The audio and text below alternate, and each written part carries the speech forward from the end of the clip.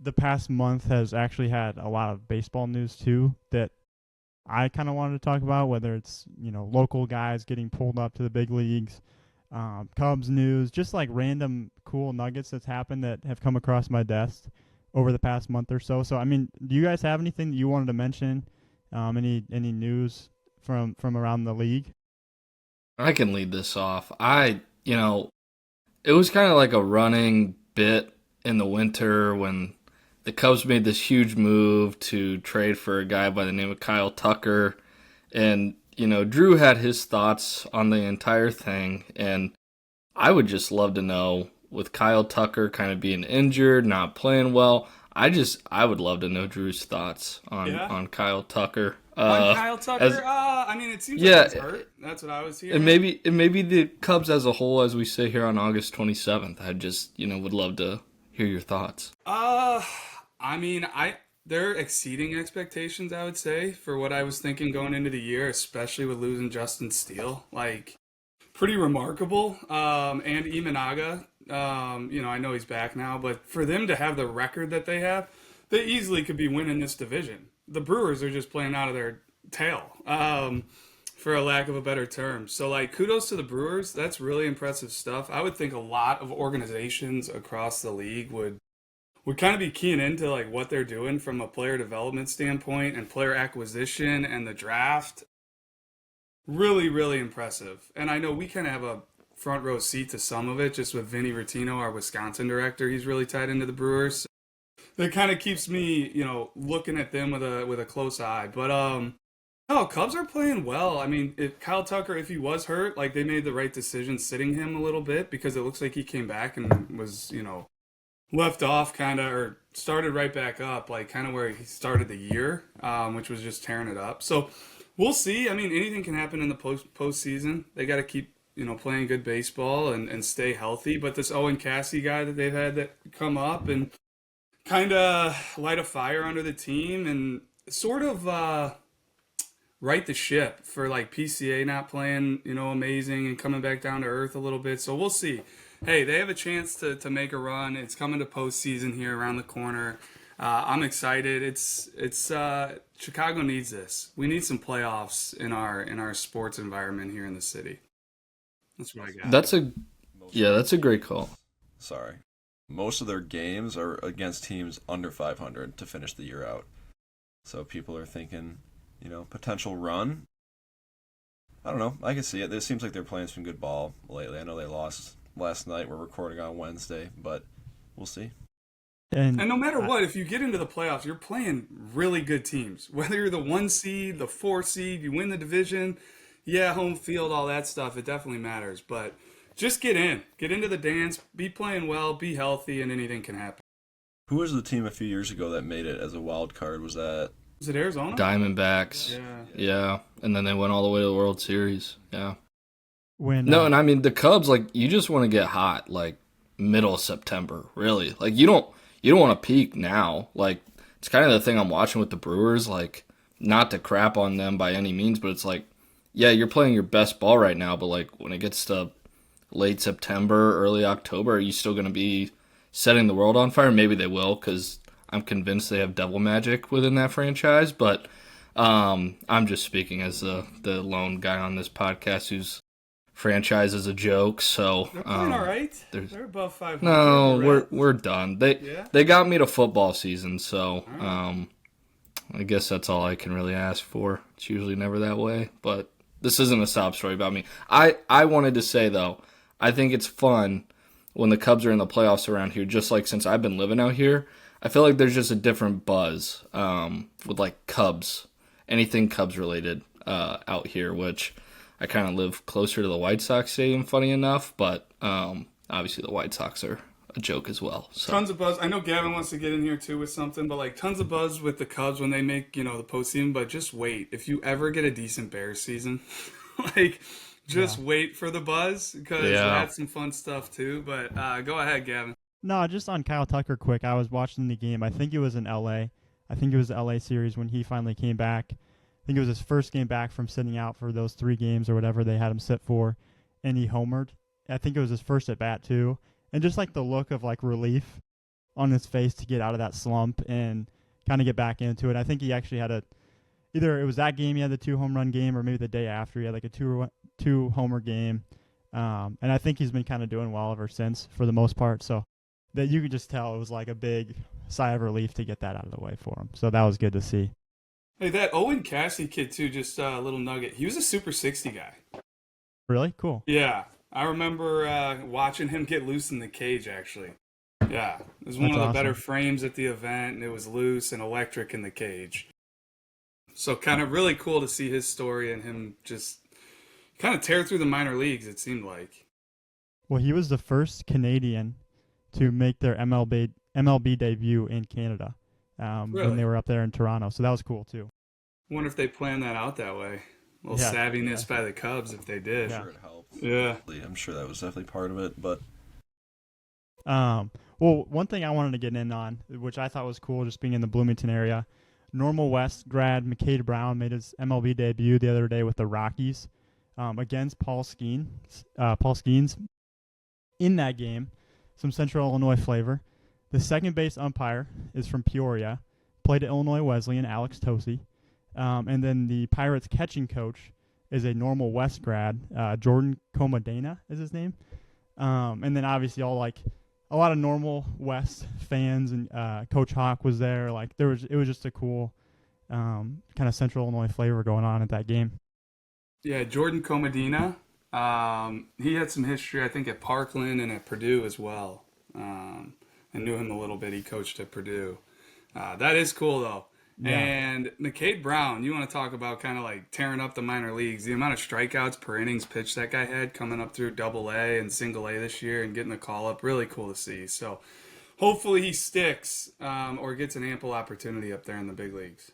Well, the week before, he was named the Eastern League Pitcher of the Week. I believe it's a Double-A league, but he threw 6 innings, struck out 8, only allowed 1 hit, no runs, no hits. And then got pulled up. We used to run a Gurney preseason ID in the wintertime up at a facility up there, pretty small facility, but that was the first time we had Quinn Priester at a showcase, was the Gurney preseason ID, and it wasn't the same year, but a following year around, whether it was a year before Quinn or the year after, McCade Brown was there as well. Drove up from Normal all the way up basically to Wisconsin. I remember him being a loose, long levered, like he was a sophomore at the time, I want to say. He was like 84, 86, but you could dream on that, for days. So just really, really cool to see. And those, when you do this long enough and you remember a guy as a sophomore, now you see him almost like 10 years down the road and he's making his big league debut. It's makes this job really, really cool. And the longer I've been doing it, the more guys, that continue to kind of make the big leagues or make a really strong impression for an organization.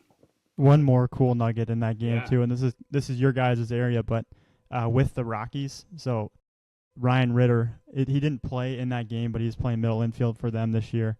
And I was looking up his stats. He's hitting .256 on the year now, with a homer and 17 RBIs. So just another cool little Illinois nugget in there from that game. But another guy from Illinois that's doing well in the bigs and up in the bigs, which is cool. And that was a guy that just continued to get better as he got older, Gavin. Wasn't the most highly touted prospect when he was a freshman, sophomore. Wasn't in the top 10 of our rankings, maybe ever. And just continued to get better, continued to get stronger. His tools ticked up. He could always pick it, always had actions, but really started to drive the baseball. So cool stuff out of Illinois here. Well, I got a couple more for you, Drew. So you mentioned keep 'em Quinn coming. Priester. You mentioned Quinn Priester. On the season, he is 11-2 for the Brewers.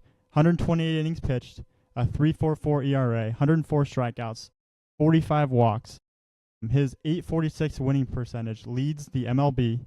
And on August 4th, he extended his win streak to 10, which tied the Brewers' franchise record for most wins in a row for a pitcher. So really good stuff there for Priester.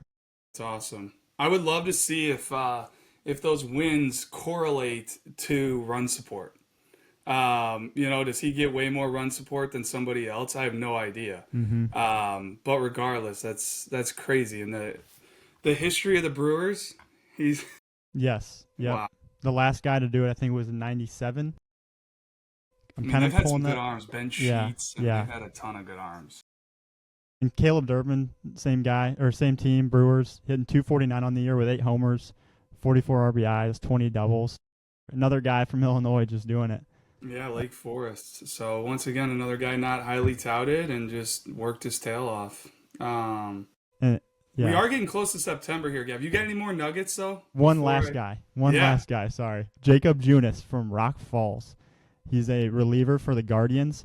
54 innings this year, 40 strikeouts, 17 walks, and a 2.96 ERA. So Nice. that's the last thing I He's got. been around for a little while. I don't know how much he's been in the big leagues and like back and forth, but I know he was with the Royals a couple years ago. But you said a 2-something ERA. 2.96. Yep. I mean, that's dealing if you're under a 3 in the big leagues. Well, good stuff. I love it too. All those guys are from all different areas. Like you mentioned a normal West guy. You mentioned, Lake Forest, Quinn Priester at Cary Grove, Caleb Durbin, Lake Forest, Ryan Ritter, Lincoln Way East. Like they're just all Rock Falls. I mean, really, really cool stuff. I know you guys were talking about it before the podcast. You're getting fired up. You're almost into the fall here. You got some NFL and college football starting up. We have some Yes. opinions on our favorite college football shows. We'll keep that for off air. But yeah, what do you got with that, Gavin? I got a draft, fantasy football draft on Sunday, and just not really that anybody cares, but my fantasy league, we've typically done like a Monday or Tuesday night draft, which is kind of lame. But this year, we all decided to do a Sunday night draft this weekend. On what is this? Is this Labor Day weekend coming up? So like a Sunday night draft on Labor Day weekend. I don't know. It's just a good way to kind of draft a league, which I'm fired up about. But I've been doing some research this week, feeling pretty good about what I got. So hopefully I can get a solid pick spot, and we'll see what I can do. Bears defense 1-1. No, I'll go Caleb. Caleb 1-1. Yeah, I'm torn about like what to do about Bears offensive players, especially like tight end. Like how involved is that Colson Loveland guy going to be? Like, is he a game changer?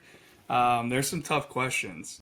I think Loveland could be a sneaky, really good tight end. I think him and Tyler Warren are definitely the two rookie tight ends that I don't know. I kind of like getting rookies towards the end of the draft just because they have that kind of pop-off potential towards the end of the year. But I feel like Loveland could potentially be Caleb's guy in the red zone. Luther Burden's going to be a sneaky dog. He's going to be really good, I think. I hope so, because I loved what I saw in that one preseason game.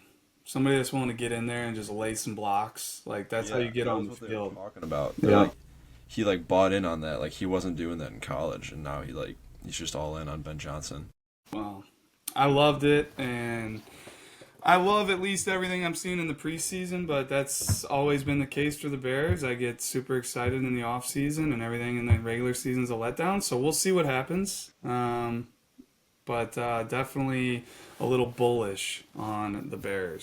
Yeah, and I mean college football this weekend too. I'm pumped for that. Tyler's pampered getting to be a Penn State football fan and always seeing a good football team. That's probably the best way to put it.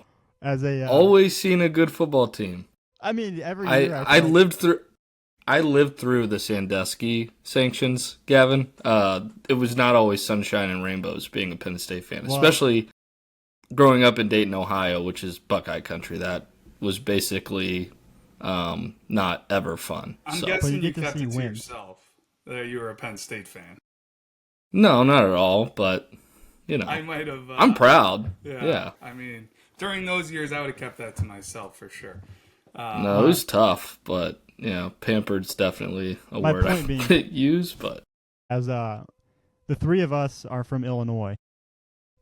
I know Hammond's a Northwestern guy. Drew, I don't know who your college football team is. Or That's if you why I'm have really one. not like a huge college football guy. Okay. I've never really had that team. So But it's I mean, tough. I'll watch it. I'll watch the big games, but I don't have like the diehard, bleeding for Penn State or for Northwestern or anything like that. I'm a Big Ten guy growing up in the Midwest, but that's really all I got. And I feel like it's tough as Illinois people to have like a diehard football team because it's never really been that way here in Illinois. So like my point being, I feel like having if you Illinois go don't, this year is exciting at for yeah. the state just to have someone to root for like that. But go ahead. I was just gonna say, I feel like if you don't live in like the Chicagoland area, it's what you're saying because I feel like everybody in Chicago, since I've moved out here, like I see so much Notre Dame stuff. Like, Oh, that's true. so I feel like the people who live in like the Chicagoland area are all huge Notre Dame fans. But like, if you grew up in like Central or Southern Illinois, like maybe in Southern Illinois, you're a Mizzou guy. But yeah, I feel like it's tough. Like, it's not really like a college football state necessarily. All my uncles are diehard Illinois, so I would lean that way. And I've been to some games and stuff like that, but not when they were all that respectable. So just Illinois in general, though, love what they're doing with all their athletics. Basketball, football, baseball's been really solid. Obviously, their golf, and I know there's other sports too. So yeah, I'll probably lock in on Illinois a little bit this year, Gavin. See how they do. And is their quarterback still at Kyle? Yeah, Oh, Luke yeah, I'm Altmaier. thinking of the wrong guy then. Yeah, this is his second year, maybe third year with Illinois now. He came from Okay. Ole Miss. Okay. He's a solid quarterback. They're running backs from Gibson City, which is I think it's Aiden Lafferty, Love which is that. pretty cool.